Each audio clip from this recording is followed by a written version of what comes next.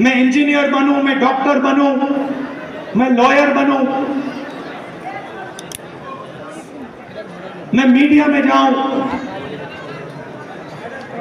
मैं IAS officer बनूं, मगर सच्चाई है कि इस देश का पूरा सिस्टम पिछड़ों, दलितों और आदिवासियों के खिलाफ खड़ा हुआ है। ये सच्चाई है, क्योंकि अगर नहीं होता तो मीडिया में हमें ओबीसी वर्ग के, दलित वर्ग के, पिछड़े वर्ग के युवा दिखते, एंकर दिखते, मालिक दिखते।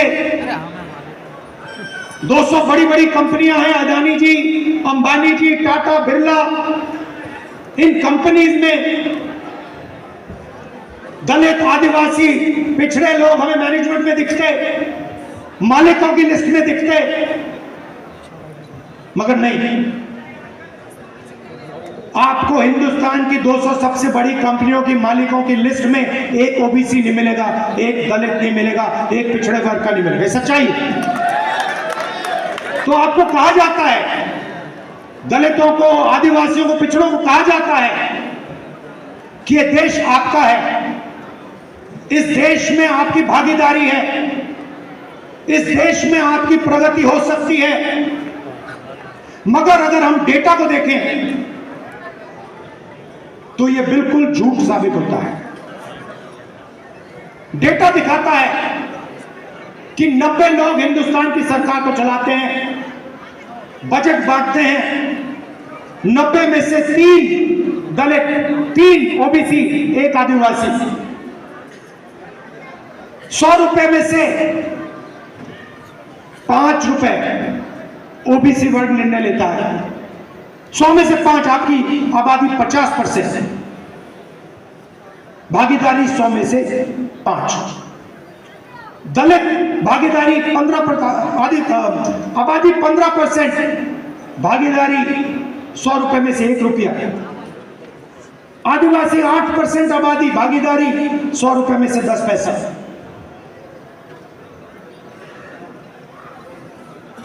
आपके सामने दीवार खड़ी हुई है और आप जानते हो, और आप इस बात को गहराई से समझते हो। समझते हो नहीं समझते हो? Yes sir. समझते हो ना ठीक से कि आपके सामने दीवार खड़ी है और उस दीवार को नरेंद्र मोदी और आरएसएस मजबूत करते जा रहे हैं। जहां भी उनको अपॉर्चुनिटी मिलती है, वो दीवार में सीमेंट डाल देते हैं। पहले पब्लिक सेक्टर हुआ करता था, उसको निकाल दिया, सारा का सारा प्राइवेटाइज कर दिया, दीवार मजबूत की। पहले सरकारी स्कूल हुआ करते थे, सरकारी अस्पताल हुआ करते थे, सारे के सारे हटा दिए। आज दलित को, आदिवासी को, पिछड़े वर्ग के किसान को कोई भी इलाज की जरूरत हो, लाखों रुपए आपके जेब में से निकलते हैं। निकलते नहीं निकलते? और कहां जाते हैं?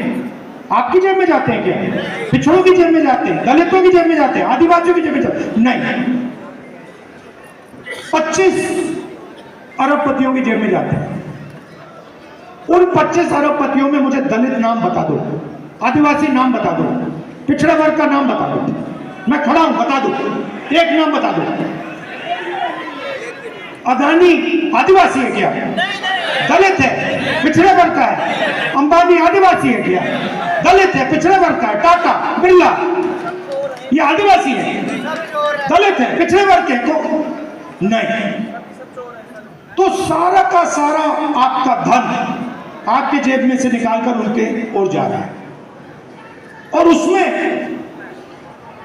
मैं कहना चाहता हूं 5%, 7% बेचारे जनरल कास्ट के गरीब लोग भी शामिल हैं, उनको भी कुछ नहीं मिलता। खोखले सपने दिए जाते हैं। 24 घंटा मैं 20 साल से देख रहा हूं, 24 घंटा आपको बताया जाता है कि आपको जगह है, आपकी जगह है, आपको जगह मिलेगी, मगर नहीं। और हो क्या रहा है, आस्ते आस्ते दीवार मजबूत होती जा रही है। पहले यूपीए की सरकार थी, मनरेगा दिया, जमीन का अधिकार दिया, भोजन का अधिकार दिया, पैसा कानून दिया, वो दीवार को कमजोर करने के तरीके थे। आज मैं देखता हूं तो मैं कह सकता हूं कि जिस प्रकार से हमें दीवार को कमजोर करना था हमने नहीं किया, यूपीए सरकार ने नहीं किया। जिस मजबूती से हमने करना था हमने नहीं किया, मगर हम दीवार को तोड़ने की कोशिश करते थे। ये दीवार में सीमेंट डाल रहे हैं, कंक्रीट डाल रहे हैं, फाउंडेशन दे रहे हैं दीवार पर। इसीलिए जाति जनगणना की जरूरत है। जाति जनगणना से आप सबको पता लग जाएगा मीडिया में हमारे कितने लोग, कॉर्पोरेट इंडिया में कितने लोग, कोर्ट में कितने लोग, जुडिशरी में कितने, प्राइवेट अस्पताल हमारे कितने, प्राइवेट कॉलेजेस हमारे कितने। और अभी कहा गया कि ये एक्सरे पहला कदम है। सबसे पहले पता लगाना है कि सिचुएशन कैसी है, क्या है। हमें मालूम है कि दलितों को, पिछड़ों को, आदिवासियों को, गरीब जनरल कास्ट के लोगों को, माइनॉरिटीज को दर्द हो रहा है, वो दिख रहा है, सबको दिख रहा है। तो सबसे पहले पता लगाना है फ्रैक्चर कहां है, चोट कहां लगी है, कंपाउंड फ्रैक्चर है, सिंपल फ्रैक्चर, ये पहले लगाना पड़ता। और उसके बाद जाति जनगणना से डेटा मिलेगा। 21वीं सदी है। जो पहले तेल को ब्लैक गोल्ड कहा जाता था, 21वीं सदी का तेल डेटा है। और हम दलितों के बारे में, आदिवासियों के बारे में, पिछड़े वर्ग के बारे में डेटा चाहते हैं। और जिस दिन हमारी सरकार के हाथ में ये डेटा आ जाएगा, उस दिन पूरा का पूरा जो विकास का पैराडाइम है, विकास को करने का तरीका है, विकास के बारे में सोचने का तरीका है, वो बिल्कुल बदल जाए। ये विकास की जो सोच है, की जो अप्रोच है, उसका फाउंडेशन बनेगा।